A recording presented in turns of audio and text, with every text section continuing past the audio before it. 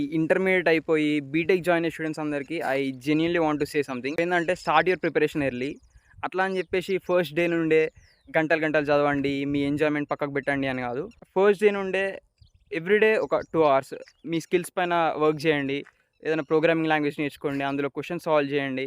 అందరూ ఏం చేస్తారంటే సి లాంగ్వేజ్ ట్యూటోరియల్ చూసి పక్కకు పెట్టేస్తారు. అట్లా కాదు. ట్యూటోరియల్ చూసిన తర్వాత కోచ్ఎఫ్ లాంటి ప్లాట్‌ఫామ్స్ ఉంటాయి. అందులోకి వెళ్ళి ప్రాబ్లమ్ సాల్వ్ చేయండి. ఇది ఎందుకు చెప్తున్నా అనేది మీకు ఫ్యూచర్‌లో డీఎస్సీ అని ఒకటి ఇంట్రొడ్యూస్ అయితది. అప్పుడు మీకు అర్థమైతది. అరే! నేను అప్పుడు ప్రాబ్లమ్స్ ప్రాక్టీస్ చేయడం వల్ల ఇప్పుడు నా లాజిక్ బిల్డింగ్ ఇంప్రూవ్ అయిందిరా. ఐయామ్ ఫీలింగ్ బెటర్ అనిపిస్తది.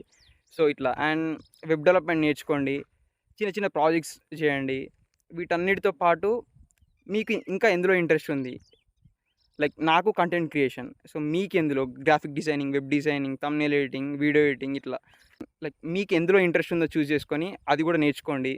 అది కూడా ఎక్స్‌ప్లోర్ చేయండి. ఇదంతా చెప్పినా కదా! చెప్పిన తర్వాత కూడా మీరు రేపు చేద్దాం, ఎల్లుండి చేద్దాం అని పోస్ట్‌పోన్ చేసి మళ్ళీ ఒక 1 ఇయర్ తర్వాత బ్రో ఇప్పుడు నేను BTech second year, BTech first year మొత్తం వేస్ట్ చేసినా.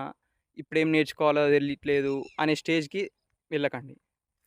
సో, ఇది నేను చెప్పాలనుకునేది. అండ్ బీటెక్ అని కామెంట్ చేయండి. కొన్ని రిసోర్సెస్ షేర్ చేస్తాం మీకు. నచ్చితే అకౌంట్‌ని ఫాలో చేయండి. రీల్‌ని మీ ఫ్రెండ్స్‌కి షేర్ చేయండి.